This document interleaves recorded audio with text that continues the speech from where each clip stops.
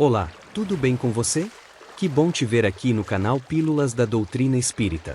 Hoje a gente vai refletir sobre algo tão atual e tão profundo: a diferença. Quantas vezes o diferente nos assusta, nos afasta, nos faz julgar antes de entender? Mas e se, ao invés de uma ameaça, a diferença for um presente? Uma oportunidade divina de aprendermos mais sobre o outro e sobre nós mesmos? Nesta mensagem iluminada da querida Maíse Braga, somos convidados a olhar o mundo com mais empatia e espiritualidade. Fica comigo até o final, porque essa fala pode transformar o jeito como você vê as pessoas à sua volta e até a si mesmo. Já aproveita e se inscreve aqui no canal, ativa o sininho e me conta depois nos comentários: o que a diferença já te ensinou na vida? Vamos juntos abrir o coração e enxergar a beleza no que é único. Se há um desafio que hoje existe, e acho que sempre existiu, mas hoje de uma forma mais estabelecida, é aceitar quem é diferente de nós. Em geral, em outras vidas, com certeza, desprezávamos quem pensava diferente, agia diferente, sentia diferente. E os preconceitos até hoje existem baseados nisso. Se fulano não pensa como eu, se não age como eu, se não tem a mesma intenção, então não faz parte da minha vida. E conheci muitos espíritas, inclusive, que diziam que não havia nenhuma afinidade de vibrações entre ele e a pessoa, então cada um seguia seu caminho. É verdade que estamos mergulhados em energia e afinidade, mas também é verdade que o desafio sempre novo será estabelecer afinidades onde elas não existem.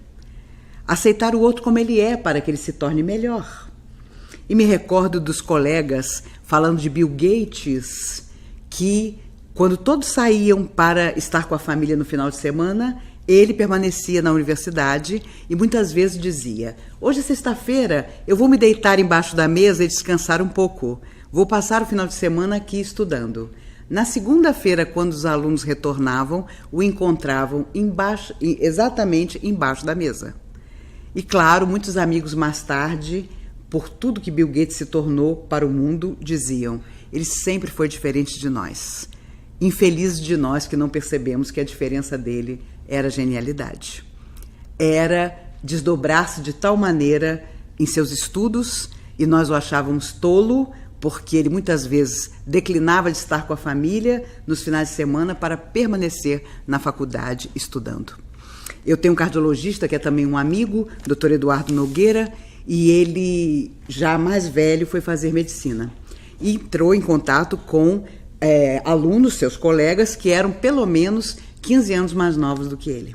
Entretanto, eu tenho outros médicos que foram colegas dele da faculdade, e todos me contam que ele sempre foi diferente, porque enquanto eles iam farrear, saíam com as namoradas, ele, sem deixar de ser uma pessoa absolutamente normal, caçava os gatos da faculdade e de madrugada operava o coração dos gatos, para perceber e estudar os mecanismos da parte circulatória de um gato. Hoje ele é considerado um dos maiores cardiologistas da cidade de Brasília. É daqueles que todo mundo diz: se não for a sua hora de morrer, só ele pode te salvar. E isso já aconteceu inclusive comigo há 11 anos atrás. Quando eu tive 30/14 de pressão, inexplicavelmente fiquei internada na UTI, sem sintoma nenhum. Eu fazia palestra de madrugada, nem preciso dizer para vocês, não dormia, então juntava os enfermeiros e começava a contar histórias. Um amigo meu que era médico telefonava e dizia: como está a Maíse? E o enfermeiro falava: grave, mas ótima. E realmente nunca a medicina me explicou o que aconteceu e passou, e aí você toma providências, e foi nesta madrugada que eu conheci o Dr. Eduardo. E depois vinha saber que ele tinha sido cabo do exército, e numa época em que jogavam ele junto aos índios, e ninguém tira sangue como ele. Se tiver que tirar do pescoço, do olho, ele tira. E ele contou que eles lançavam ele lá de cima e diziam: olha, daqui a 10 dias a gente volta para te buscar. E na hora de fazer exame de sangue nos índios, como é que ele explicar para o índio que ele não conseguia achar a veia do índio? Então ele tornou-se, na prática, uma pessoa extremamente habilidosa, porque lidou com as diferenças, com as dificuldades. Não fugiu daquilo que todos os estudantes de medicina fugiam, que era a experiência, a vivência. Camilo Castelo Branco, em Memória Suicida, conhece como um dos companheiros da caverna onde no Vale dos Suicidas sofria, após o seu suicídio, um português como ele, que tinha sido um fidalgo muito rico e que trajava ainda no meio daquele sofrimento tremendo cartola, polaina, como se não tivesse se matado. Para fugir da falência, esse homem suicidou-se e depois que eles todos foram socorridos ao Hospital Maria de Nazaré, passam-se meses e eles começam a ficar mais fortalecidos, conscientes de que haviam se suicidado, mas que apenas o corpo de carne morrera, e esse amigo português de Camilo logo quer ver a família. Ah, eu quero ver minha família, porque eu tenho certeza que a minha mulher está arrasada até hoje. Eu fui um covarde me matando. Eu não consegui admitir que a falência viria. Lancei minha família toda no opróprio, como se dizia naquela época. E a minha filha caçula, então, Margaridinha, era um verdadeiro anjo. Tenho certeza que minha esposa, no máximo, casou-se novamente por necessidade e há de ter amparado meus filhos. Eu quero revê-los. E os espíritos amigos, sabendo muito bem o que realmente tinha acontecido com a família, diziam a ele: espere mais um pouco, se fortaleça mais. Não, a exigência era essa. Ele não estudaria no mundo espiritual, ele não se recuperaria mais do que tinha se recuperado se não visse a família. E então, vendo que ele não ia para frente de jeito nenhum sem ter esse desejo atendido, os enfermeiros espirituais disseram: então nós vamos levar você à Terra. E Camilo pediu para observar à distância essa visita do amigo português de volta à Terra. Era um homem tão exigente que exigiu polaina nova, bengala nova, chapéu novo, como se ele estivesse encarnado. E os espíritos, com toda a paciência, fizeram-lhe uma indumentária e lá veio ele para descobrir que a mulher tão amada tinha se tornado prostituta no caso do Porto e o filho estava preso, acusado injustamente, mas preso, e a sua caçula Margaridinha era explorada pela mãe. Aquilo foi um golpe tamanho que ele enlouquece ao perceber o que o suicídio havia feito para sua família. É recolhido pelos enfermeiros e Camilo, em Memória Suicida, relembra que todos os preconceitos que aquele português tinha tido, tudo que ele acreditava ser superior na sua vida, caiu por terra. Ele invejou o maior de todos os mendigos, porque, na verdade, ele, tão rico, tão nobre, tão esperançoso de um futuro de ambições realizadas, não tinha conseguido gerir a própria solidão, a própria falência financeira e matara-se, depois encontrando a família em situação tão adversa. Aqui, não sei como é, mas no Brasil ainda se sofre preconceito simplesmente por alguma diferença, ou de pele, ou de opção sexual, ou de classe social. E isso às vezes é muito patente, mesmo dentro da doutrina espírita. Eu tenho um amigo que conheci em 84, Floriano. Ele chegou à comunhão espírita para se orientar desesperado. Naquele dia descobrir através de um exame que era portador do vírus HIV. E eu estava no plantão do atendimento fraterno e ele caiu comigo. Mas nos víamos pela primeira vez e ele imediatamente disse: olha, conforme o que você conversar comigo, eu volto para o banheiro da minha casa e me mato, porque era isso que eu ia fazer. Mas como eu já passei por aqui algumas vezes em frente à comunhão, eu vim procurar alguma ajuda. Conforme o que você disser, não tem problema. Eu volto e consumo suicídio, porque eu descobri hoje que eu tenho AIDS. Isso era em 1984. Ele tinha uma filha de 9 anos. Naturalmente era homossexual, casou-se com uma namorada de infância e quando a menina tinha 2 anos, não suportando mais a mentira em que ele vivia, mesmo sabendo do preconceito que a própria família teria contra ele, termina o casamento. Mas foi um pai excepcional sempre. E a ex-esposa tornou-se sua grande amiga, ela inclusive já desencarnou. Quando o pai soube que ele era portador do vírus, o pai era alcoólatra, um homem terrível, comprou uma arma e avisou a ele: fuja de mim, porque eu vou a Brasília para matá-lo.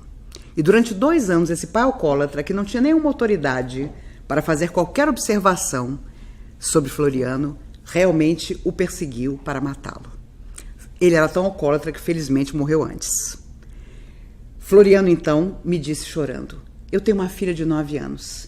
eu não vou vê-la fazer 15 anos. Nem preciso dizer a vocês que ele está vivo até hoje, tem uma neta de 16 anos, filha dessa filha, e um neto de 8. E só agora é que a enfermidade começou a afetá-lo de verdade. Ele nunca ficou internado. Agora, ele inclusive mora em Belo Horizonte, onde está o especialista que sempre cuidou dele. E o especialista disse: vamos fazer um documentário sobre a sua vida, Floriano, você aceita? E ele aceitou, esse documentário vai ser feito, porque ele é um dos primeiros que está envelhecendo com a doença.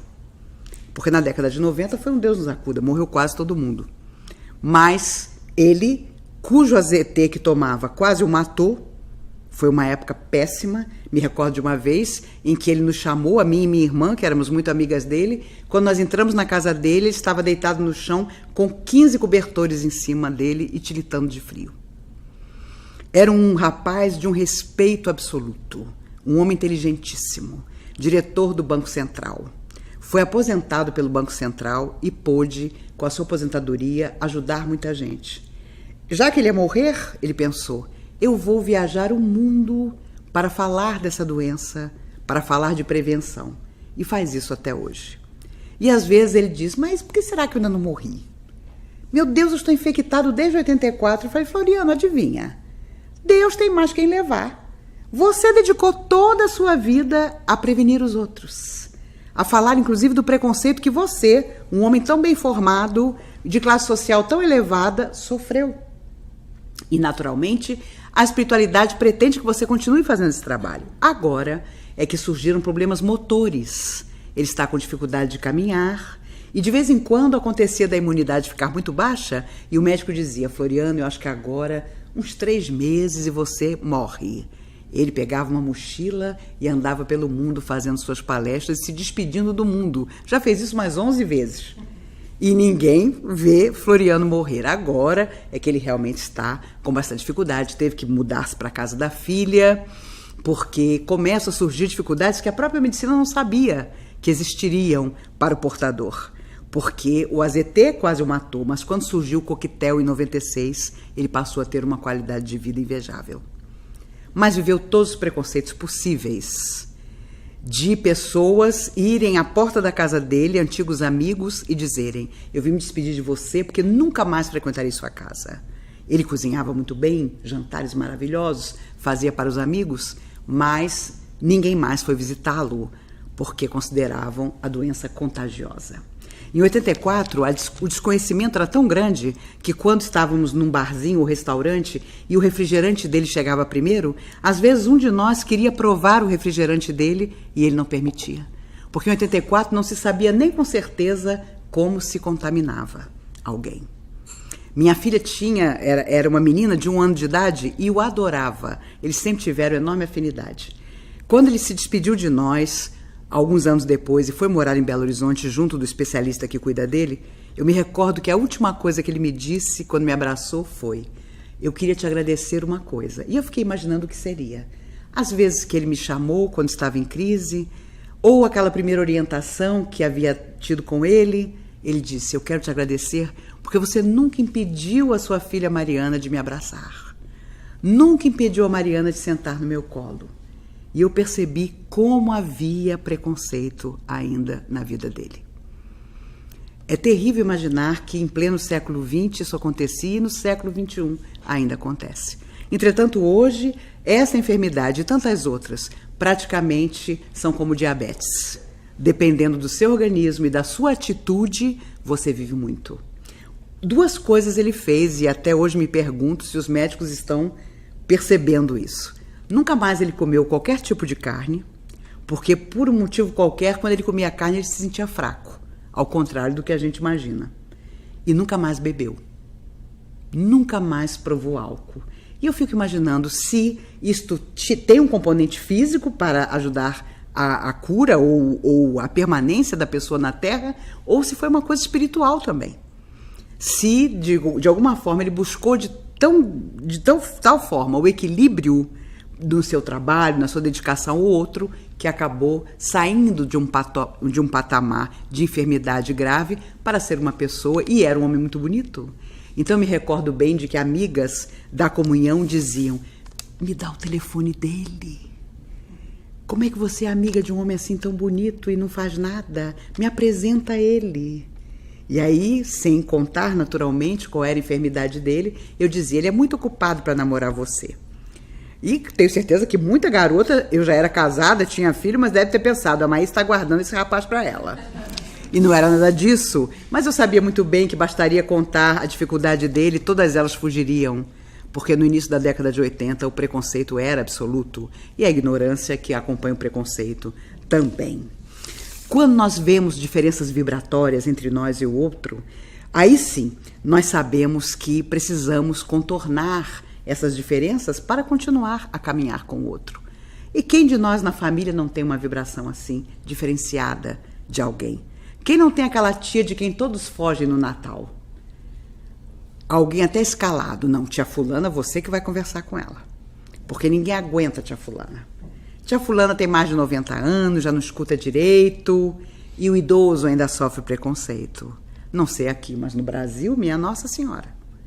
As pessoas não têm paciência. Os motoristas de ônibus não têm paciência de esperar o idoso subir no ônibus. Os empregos não existem praticamente para os idosos, a não ser que as empresas sejam obrigadas a uma determinada contratação, que nunca é suficiente. E, infelizmente, muitos idosos precisam voltar ao mercado de trabalho, porque praticamente nada ganham para se sustentar com suas aposentadorias. E quando se fala de preconceito, de não aceitar a diferença do outro, pensamos sempre do adulto para cima, mas os jovens também são muito preconceituosos. E, infelizmente, preconceituosos no colégio. Agora há determinadas escolas particulares no Brasil, em Brasília principalmente, em que o menino tem que ter um tablet e outras coisas mais, tornando-o diferenciado daqueles que não podem ter. E o preconceito existe. Como você não tem um tablet de última geração? Como você não tem esse tênis de marca, da marca tal? A cada 2 meses tudo muda, tudo fica velho e você tem que ter o novo. E quando você não tem o novo, o menino pode ter 11, 12, 14 anos, ele vive o preconceito. E muitas vezes a solidão, por falta de amigos que o considerem simplesmente como um ser humano. E, claro, sabemos todos, estamos em busca de afinidades. E se não temos afinidades, muitas vezes aquele companheiro é alguém dissociado da nossa vida ou alguém que foi nosso adversário e, portanto, cabe-nos pensar: será que o diferente é sempre nosso opositor? Será que porque aquele pensa diferente, eu tenho uma ideia diferente do trabalho, até dentro da casa espírita, eu vou colocá-lo de lado ou vou dizer que ele não pode estar naquela casa porque tal ou qual atitude é que é adequada e necessária? Me recordo de uma senhora que tossia muito durante uma palestra e as pessoas começaram a ficar incomodadas porque ela não parava de tossir, e conta Valérium, através de Chico Xavier, que alguém a convidou a sair do salão onde a palestra estava sendo feita, porque o resto da plateia se incomodava com a tosse dela. E ela levantou-se, mas não deixou de dizer: se me expulsam da casa de Deus, para onde eu irei? Convidada a retirar-se porque estava tossindo. Os espíritos contam a história de uma senhora oradora muito humilde. Todo o dinheiro que ela porventura tinha para ela doava a um lar de crianças. E começou a faltar até para si mesma. Ela foi convidada a uma palestra, viu que o único vestido que tinha precisava de conserto. Como ela não conseguiu encontrar um pano da mesma cor do vestido, ela colocou 2 remendos de cor diferente e um casaco muito pesado para esconder que o vestido estava remendado. E era uma noite de calor. No centro espírita, isso na década de 60, ela foi simplesmente convidada a parar a palestra porque as pessoas estavam incomodadas com o casaco que ela vestia. E tanto a plateia insistiu que ela, envergonhada, tira o casaco. E as pessoas percebem por que ela estava com o casaco. Porque o vestido que trajava trazia remendos diferentes, mas pelo menos todo o dinheiro que ela tinha doava àquelas crianças. Então dizer que portas adentro da casa espírita não temos preconceito ou não apontamos e criticamos o outro ainda é complicado. Porque isso acontece. E às vezes há rupturas em que as pessoas até se afastam. Eu costumo brincar que na Comunhão Espírita de Brasília, onde cheguei aos 14 anos e aos 16 fiz minha primeira palestra, até as brigas dão certo, porque quando havia brigas, a pessoa saía e fundava um centro lá fora. E o centro crescia tanto quanto a comunhão. Eu costumo até brincar que quase todos os centros das cidades satélites de Brasília e da própria capital são brigas da comunhão que deram certo. Porque saíam uns 2, 3, 5. Ah, não, eu não concordo com fulano, eu também não. Vamos então fundar um centrozinho. E pronto, começava numa portinha, exatamente como a comunhão começou. Eu estava aqui vendo vocês, todos se conhecem, se abraçando, se beijando. Que saudade me deu. Por isso Chico dizia, casa que muito cresce, às vezes o amor desaparece. Porque passamos a ser estranhos uns aos outros. E a vida do outro, no sentido mais belo, não nos importa mais. Isso é triste de acontecer, principalmente dentro da casa espírita. Quando apontamos o outro, falando-lhe dos defeitos que possui, nos esquecemos de começar por nós. E sintonia, afinidade, igualdade, começa portas adentro do nosso coração. Chico Xavier, por muitos anos, distribuiu alimentos e sempre colocava dobradinha, bem pequena, uma nota de R$1 na mão das pessoas que iam buscar os mantimentos. Ele cumprimentava discretamente a pessoa e a pessoa já sabia que quando ele apertava a mão, ele deixava na mão da pessoa 1 ou 2 notas de R$1, que era tudo que ele podia dar àquela fila de pessoas que iam buscar ajuda. E é claro, os vizinhos tinham preconceito. Ah, esse Chico Xavier atrai para nossa rua um monte de gente pobre. Esse Chico Xavier atrai para nossa rua esse bando de gente que de repente vai ver que eu não tenho um alarme na minha casa, vai voltar num outro momento para me roubar. Tinha de tudo.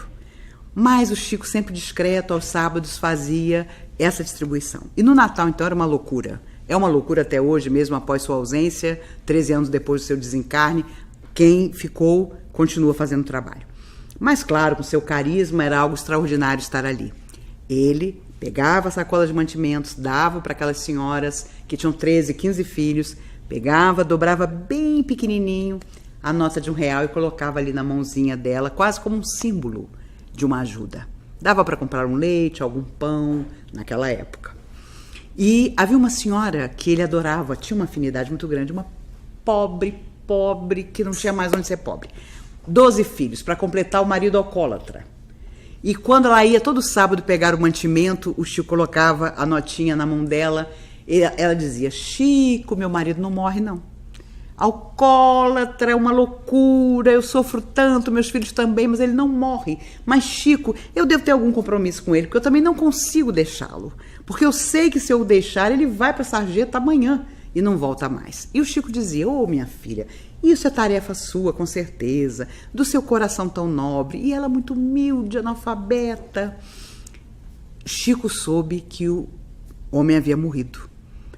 E ela, meses depois, faleceu também. Teve um ataque do coração e morreu.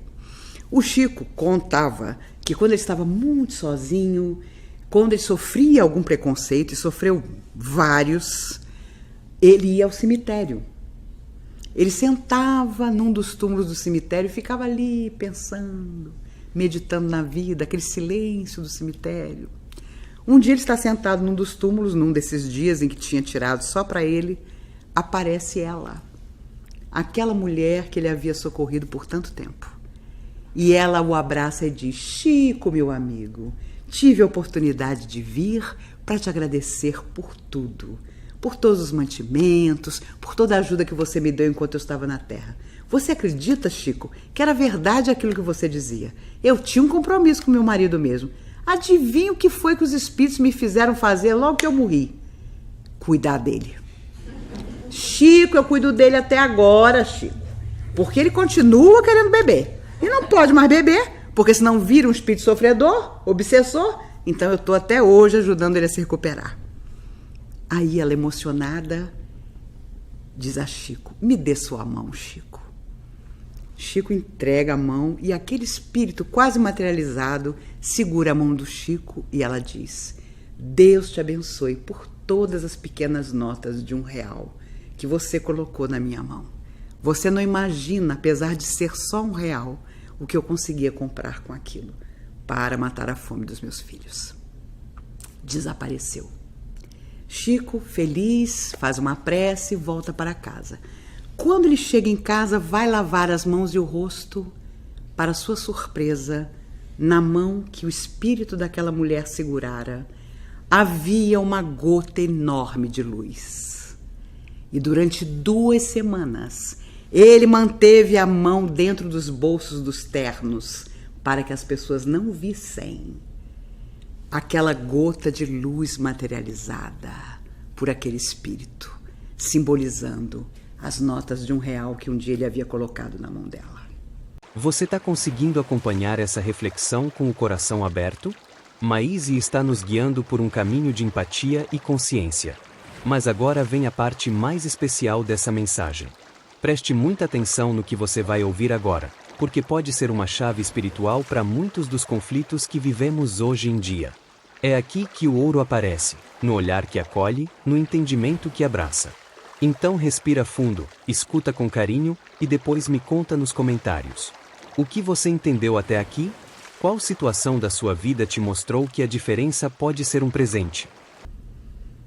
E era uma mulher que já tinha sido expulsa de muitas casas, que não podia fazer nenhuma faxina, porque as mulheres ditas da sociedade de Uberaba achavam que ela era humilde demais, até para fazer faxina na casa delas. Mas Chico teve que esconder, durante 2 semanas, a gota de luz que ali estava. Dona Laís Capilé, hoje com mais de 90 anos, conheceu Chico muito de perto. E, certa feita, brincando, ele disse: Laís, eu quero fazer uma surpresa à sua mãe. A mãe de Dona Laís não acreditava no espiritismo, em nada. Diga uma coisa na sua casa que sua mãe gosta muito. Da decoração da casa. E aí Dona Laís disse logo: é um vaso de Murano que está em cima do piano da sala. E o Chico deu uma risada e disse: deve ser um vaso lindo. É, Chico, é um vaso lindo. Minha mãe morre de ciúme. Quando ela chegou em casa, a mãe desesperada, o vaso havia desaparecido, se desmaterializado. 2 dias depois, ela volta ao Chico e o Chico: mas não é que eu fui comentar sobre aquele vaso com você, minha filha? Acho que algum espírito ouviu e deu um jeito de tirar o vaso dali. Mas diga à sua mãe que fique calma, o vaso vai aparecer de novo. Quando Dona Laís voltou para casa, o vaso tinha aparecido de novo e a mãe estava desmaiada. Porque o vaso simplesmente se materializou na frente dela. E, obviamente, ela passou a acreditar em tudo, principalmente no Chico Xavier. Houve anos dentro da doutrina espírita em que havia sessões de materialização, em que os espíritos amigos materializavam si mesmo, tirando dos médiuns o ectoplasma. Havia um médium famoso chamado Peixotinho. Ele era alcoólatra, tinha perdido uma filha e desde que a filha morreu bebia muito, mas tinha uma mediunidade de efeitos físicos impressionante. Tanto que foi através dele que durante 2 anos os espíritos se materializaram nas sessões de materialização. Ele era asmático, usava bombinha, e quando havia algum jornalista, alguém na sala que não acreditava, os espíritos diziam: Peixotinho, use a bombinha, meu filho. E ele, dentro da cabine, usava a bombinha, fazendo barulho para que todos ali percebessem que ele, Peixotinho, estava deitado, com pijama de listras, por trás do biombo, e os espíritos que estavam materializados eram espíritos mesmo. Era uma coisa impressionante esse trabalho. Um jornalista da revista Cruzeiro tinha perdido a filha de 4 anos num acidente e foi, certa feita, a esse trabalho. Não acreditava, pretendia fazer uma reportagem desmistificando o trabalho, os espíritos mandavam colocar tachos de cobre com parafina fervendo. E ali eles colocavam as mãos ou os pés para provar que estavam ali. No escuro, imagine você escutar shhh, shhh. Não podia ser um encarnado, porque a pessoa se queimaria totalmente. E quando acabava o trabalho, ali estavam as marcas. Nem preciso dizer que na noite em que o jornalista estava, a menina, a filha que havia morrido, coloca o seu pezinho na parafina. E ele cai em pranto ao ver o pé da filha, porque ela tinha uma cicatriz de nascença de um pedaço ao outro, cingindo o seu pé de um lado ao outro. Não podia ser outro pé que não o da filha. Era um trabalho impressionante. Mas, como sempre, os espíritas daquela época, acredito que hoje não, começaram a fazer pedidos pessoais. Começaram a contar histórias sobre si mesmos. Não queriam saber das orientações dos espíritos, queriam se queixar. E houve um dia em que André Luiz, essa alma maravilhosa, materializou-se e disse: nós estamos fazendo tudo para espiritualizar a matéria. Vocês fazem tudo para nos lançar a matéria. Querem que nós, que já somos espíritos, nos materializemos de tal maneira que sigamos as conveniências de vocês. Por isso, esse trabalho está encerrado. E nunca mais aconteceu. Os espíritos dizem que no futuro haverá centros espíritas no mundo inteiro onde vai haver sessão de materialização novamente. Mas dessa vez, para atrair cientistas e médicos, que deverão ser convencidos de que a vida continua além da morte em todos os detalhes que sabemos, para fazer a ciência avançar, aliada à ideia da doutrina espírita. Por isso, nós ainda vamos ver muita coisa diferente, e muitos diferentes que, mais do que nós, serão espíritas, ou serão espiritualistas de tal maneira que não precisarão do rótulo de espíritas para fazer todo o bem que é possível. Jesus foi totalmente diferente de tudo que já tinha acontecido na Terra. Ele tornou as famílias diferentes, porque nas famílias existiam os que acreditavam e aqueles que não acreditavam no Evangelho de Jesus. Ele tornou a vida dos apóstolos diferentes. Certa noite, os espíritos contam que Pedro e Tiago estavam recostados para dormir e Pedro sonhava dizendo: quando eu voltar para casa, quando eu reencontrar minha esposa, quando eu reencontrar meus filhos. E Tiago, num sorriso triste, disse: você acredita mesmo que vai acontecer tudo isso? Que você vai voltar à velha vida? Que nós vamos voltar para as nossas casas depois de conhecer Jesus? É claro que não vai. Nunca mais seremos os mesmos. Somos completamente diferentes hoje do que éramos quando o conhecemos. Somos diferentes da sociedade que existe hoje no mundo. Somos o início de uma coisa nova. E os espíritos contam que Pedro, Tiago e João, dos apóstolos, eram as almas mais ligadas e afinizadas com Cristo. Embora, claro, houvesse no Cristo a perfeição que não existia entre os três. Mas Tiago, intuído, sabia que nunca mais eles seriam os mesmos. A sogra de Pedro era uma pessoa difícil. Eu sei que todos os homens aqui presentes amam suas sogras. Até porque sem as sogras não haveria as esposas. Mas a sogra de Pedro era osso duro de roer. E quando ela encontrava Jesus, o pedido era sempre o mesmo: Senhor, dá-nos um talismã. Dá-nos um anel, uma pulseira, um colar que eu possa carregar e que afaste de mim todas as influências. Que afaste, inclusive, as pessoas de quem eu não gosto. Que afaste as pessoas que são diferentes de mim, que eu não consigo aceitar de jeito nenhum. Jesus, sereno, disse certa feita a ela: mas por que me pedes o que já tens? Eu já tenho, meu Deus, aonde? Pedro com certeza esqueceu de me dar. Pedro com certeza guardou com ele. O senhor deve ter mandado através de Pedro, mas é um inútil, que não me deu o talismã que o senhor mandou. E Jesus sereno responde: minha filha, todo ser que vive na terra ou no além tem o mesmo talismã sagrado: o tempo. O tempo para aceitar o outro, para fazer do outro e de si mesmo o melhor que puder. E aí ela se decepcionou grandemente, porque ela achava que era uma joia, que era algo que ela pudesse exibir no corpo. E o tempo era o talismã de todos. O que nós estamos fazendo do nosso tempo, às vezes nos preocupando mais com a vida alheia do que com a nossa, nos cabe responder. Não tendo tolerância, não tendo a verdadeira bondade, mas invariavelmente exigindo do semelhante. É impressionante como, ao criticar o outro, nós não percebemos que temos dificuldades até maiores do que o outro e preferimos que esteja longe de nós. Porque dizemos, e o espírito ainda tem essa desculpa: eu não me afinizo, não sei o que tem, que o meu santo não cruza com o dele. Ainda se culpa o desencarnado. Acho que o meu mentor não se dá com o mentor do fulano. Porque eu encontro fulano, me dá um arrepio, me dá uma angústia, me dá uma coisa. E nós sempre imaginamos que a perturbação é do outro. Fulano não está bem não. Que eu passei por ele e meu cabelo arrepiou. Nossa, eu olhei na fotografia e já vi que eu não ia ser amigo de fulano. Ora, como é possível? Basta que por um momento estejamos próximo e perceberemos o quanto fulano é parecido conosco. Chico sempre dizia que inimigo nada mais eram do que duas pessoas de costas uma para a outra com medo de virarem uma para a outra e perceberem o quanto são parecidas. Se nós pensarmos bem, com certeza é assim.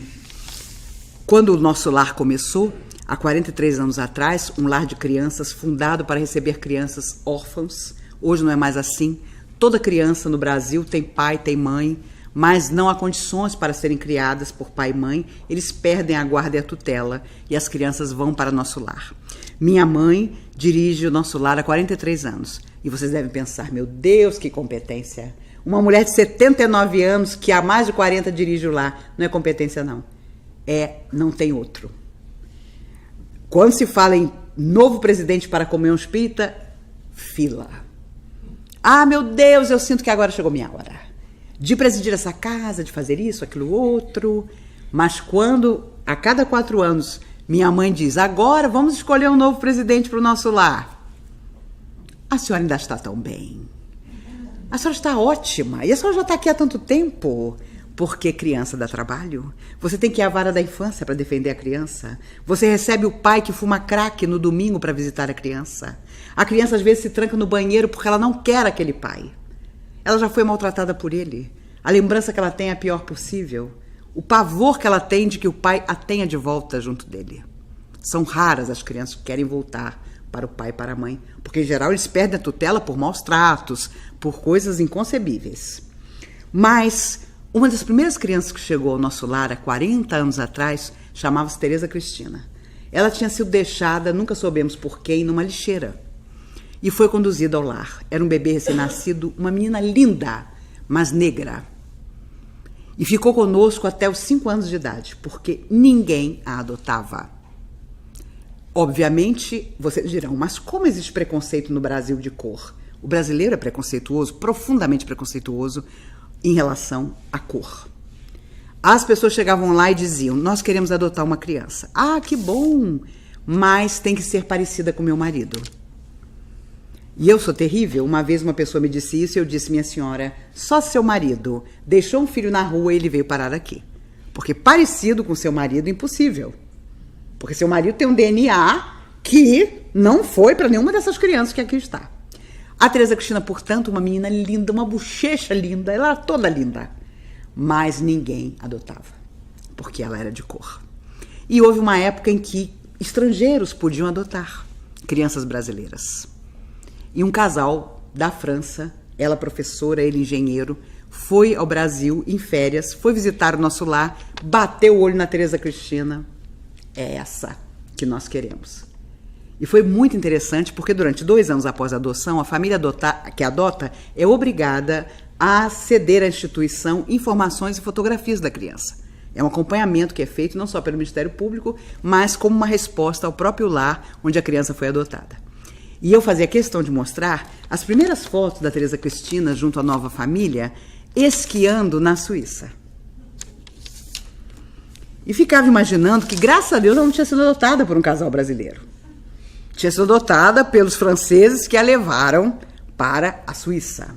Houve um menino, Paulinho, menino de família rica, uma jovem rica de Brasília, teve o menino na maternidade. E disse logo ao médico, quando o médico disse o problema que o menino tinha, dê-se pressa em livrar-se dele, porque eu não quero. Eu sou mãe solteira, meu pai é muito rico, eu não vou levar esse menino comigo. E o menino foi abandonado na maternidade mesmo. O médico conhecia o nosso lar, telefonou e disse, vocês aceitariam essa criança? Numa época em que o próprio Ministério Público não lidava com isso, então a gente recebia mesmo a criança sem saber de onde tinha vindo e ela passava a viver conosco. Tínhamos a tutela até os 18 anos se a criança não fosse adotada. Hoje já não acontece mais isso, porque a criança fica no abrigo até os 3 anos de idade e depois ou volta para a família e, consequentemente, o nosso lar também tem que ajudar a família, porque a família muitas vezes não tem condição de ficar com a criança, ou fica, ou até ser adotada. O Paulinho foi para nós, recém-nascido. Ele tinha o aparelho digestivo virado ao contrário. Ele fazia cocô pela boca. E, obviamente, ninguém queria. Mas lá estava ele conosco e quando ele aprendeu a falar, ele dizia, eu nunca quero ser adotado. Eu amo aqui. Eu não quero ser adotado. E aí minha mãe já planejava que ele ia ser o diretor do nosso lar no futuro. Não, esse menino vai ser o diretor do nosso lar. Surgiram na medicina soluções. E ele foi fazendo pequenas cirurgias para resolver a questão grave que ele tinha. Quando ele fez 6 anos de idade, veio um casal da Itália. E quando bateu o olho no menino, e ele chamava-se Paulo, como filho que teria a mesma idade e que tinha morrido afogado. O casal estava enlouquecido de dor, foi visitar o lar, o menino também se chamava Paulo. Ah, não, nós queremos esse Paulo. Um casal riquíssimo. Basta dizer que depois mandou para nós a foto da piscina que tinha a forma de um P e que eles tinham construído para o Paulinho. Quando o Paulinho olhou esse casal, por alguma coisa de outra vida mesmo, houve afinidade imediata. E aí nós nos preocupamos, porque como contar ao casal que ele já tinha feito 10 cirurgias, faltava a última para ficar completamente bom, era preciso um tempo, como contar? E aí o seu Erasmo, que era o vice-presidente, hoje está com 90 anos, fundador da Comunhão também, levantou delicadamente a camisa do Paulinho e disse ao casal: infelizmente, nosso querido tem muitas dificuldades, ainda falta uma cirurgia para ele ficar completamente bom. Veja a barriguinha dele marcada pelas cirurgias que fez. E o casal, junto, olhou e disse: nós o queremos com todas as cicatrizes que ele tem. Isso não é só não perceber a diferença, é amar de verdade. Amar alguém que eles tinham encontrado, e claro, reencontrado, exatamente naquele momento. Não importavam as cicatrizes. E, obviamente, com todos os recursos que a Itália propiciou, ele ficou completamente curado. E, para nossa emoção absoluta, há 2 anos atrás, a família foi visitar o Brasil e ele foi ao nosso lar. Eu achei que minha mãe ia morrer naquele dia. Porque ele, emocionado, lembrou-se de minha mãe, abraçou-a, abraçou todos os funcionários e contou que desde que ele foi adotado, os pais colocaram numa parede enorme do quarto dele a bandeira do Brasil, para que ele nunca se esquecesse onde havia nascido. Portanto, a luz dessa ausência de preconceito permanecerá para sempre com esse casal e no coração do Paulo. Mas esta moça tão rica, que abandonou esse filho na maternidade e da qual nós nunca mais tivemos qualquer notícia, com certeza há de passar por grandes dificuldades, se já não passa. Porque do jeito que as coisas estão online, os espíritos não estão esperando nós desencarnarmos para recomeçarmos, não. Eles estão fazendo isso aqui, enquanto ainda estamos aqui. Jesus sabia tanto disso que afirmou: reconcilia-te com teu adversário enquanto estás a caminho com ele. E nós não fizemos isso, hoje estamos reencontrando os nossos adversários com sua maior diferença: o não gostar de nós, o não se afinizar conosco. E nós temos que reconquistá-los, porque sozinhos não chegaremos um dia à nossa perfeição. Isso na teoria é lindo, falar é lindo, fazer é mais lindo ainda, e por isso tão mais difícil. Quando a Segunda Guerra acabou, Eisenhower chegou a uma cidade perto de Auschwitz, o mais cruel dos campos de concentração. E quando ele viu a situação daquela pilha imensa de cadáveres, ele mandou que os soldados americanos chamassem toda a população da cidade que vivia em volta e obrigou todos eles a passar por dentro do campo, vendo os milhões de mortos ali empilhados. Obrigou, para que aquela população nunca pudesse dizer, como dizia quando os americanos chegaram lá: nós não sabíamos de nada. Nós nunca vimos os rolos de fumaça negra saindo dos crematórios. Nós nunca imaginamos, e isso a 3 minutos de distância, que tantas pessoas estavam aqui morrendo. Eisenhower fez questão de que toda a população, idosos, mulheres, crianças, passassem por ali e olhassem para nunca esquecerem que a indiferença é o pior dos preconceitos. E claro, era um homem tão inteligente que tornou-se depois presidente dos Estados Unidos. Mas marcou aquela geração por não acreditar e não deixar que aquelas pessoas não vissem o que havia acontecido. John Lennon dizia: toda vez que eu amo uma pessoa, eu deixo que ela vá embora, porque se ela me amar também, voltará. Meu Deus, e quando a pessoa diz que não nos ama, a gente corta os pulsos, a gente ameaça jogar uma bomba, a gente diz: como você pode não gostar de mim? Como eu sou tão maravilhosa e sou tão gostável? Como que você deixou de me amar se você antes me amava? E me recordo de Danilo Caymmi, compositor brasileiro, que quando casado com Ana Terra, que é a mãe dos seus filhos, já hoje todos adultos, ele já é avô, ela e ele fizeram uma música antes de se separarem, porque acabaram seguindo outros caminhos, muito linda, que Milton Nascimento canta, que diz: se um dia você for embora, não pense em mim que eu não te quero meu, eu te quero seu.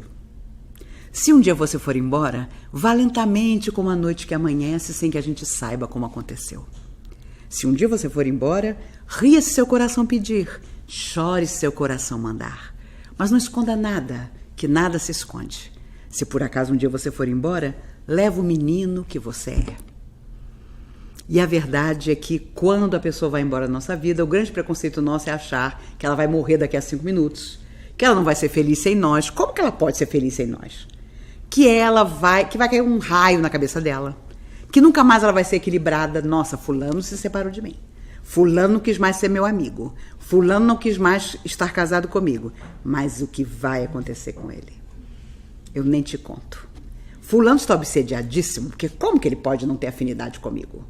Imagine a sombra que está acompanhando fulano. Você sempre evoluída e equilibrada. Fulano, que resolveu ser sincero e dizer que não tem mais sentimentos por você, caiu no limbo absoluto. Você prefere carregar aquele cadáver do seu amor pelo resto da vida do que admitir que o amor também acaba. Eu digo isso porque tenho quase 60 anos e a minha geração foi muito marcada por 2 mentiras. O amor é para sempre. Não, o amor morre. Se ele não encontra quem acredite nele de verdade e quem o renove sempre, ele morre. Outra mentira, só se ama uma vez. Não. Amamos outras vezes, amamos de forma diferente. E devemos amar principalmente aqueles que aparentemente não nos amam. No Natal de 2 anos atrás, morreu Dona Canô, mãe do compositor Caetano Veloso. Ela viveu 105 anos. Baixinha, magrinha, simples. Quando ela fez 103 anos, a família, como sempre, fez uma missa no dia do aniversário dela. E quando ela entrou na igreja em Salvador, a repórter perguntou: Dona Canô, pelo amor de Deus, me conte como chegar aos 103 anos. E ela viveu mais 2. Assim, do jeito que a senhora chegou? Ela abriu um largo sorriso e disse: ah, minha filha, o único segredo é que tudo que a vida me deu, eu devolvi para ela. Meu Deus do céu. Quando eu olhei aquilo, eu falei: não foi a religião, não foi nada que ensinou aquela mulher. Foi a vida. Tudo que a vida me deu, eu devolvi para ela. Resumindo tudo, inclusive o próprio Evangelho de Jesus. Por isso ela viveu 105 anos. E me recordei também de Oscar Niemeyer, que morreu no mesmo ano e também viveu 105 anos. Quando Juscelino Kubitschek levou Lúcio Costa e Oscar Niemeyer num teco-teco para ver onde ele pretendia construir Brasília, era noite. O teco-teco baixou no nada. Era 1957, o ano que eu nasci. Juscelino saltou do teco-teco, havia uma pedra enorme. Ele colocou a sua bota, estava com uma bota até o meio da perna, porque o que tinha de cobra. Brasília, quando eu cheguei, há 50 anos, tinha cobra e onça até dizer chega, imagine naquela época.